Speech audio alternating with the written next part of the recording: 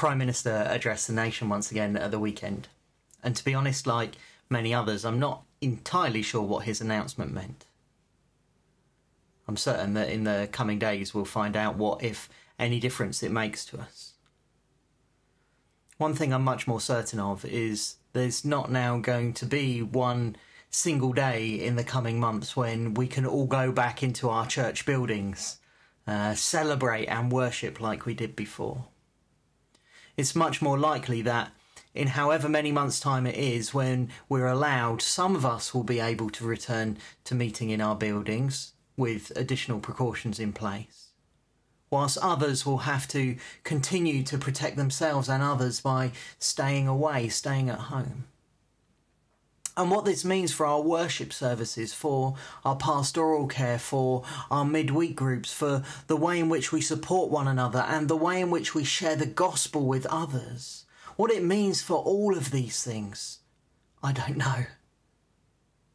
And so today, rather than give you a Bible passage and maybe something to think about, I simply want to ask you to pray. In times of turmoil, the church's first response should always be to seek God. In Acts 4, when serious persecution begins, God's people gather to pray. In Acts 12, when Peter's in prison, the church is gathered together in prayer. In Colossians 4 verse 2, Paul writes, "Devote yourselves to prayer. Be watchful and thankful." And that's what I'm asking you to do today. To pray for the church, pray for your church leaders, pray for the wisdom to know when and how to begin meeting again.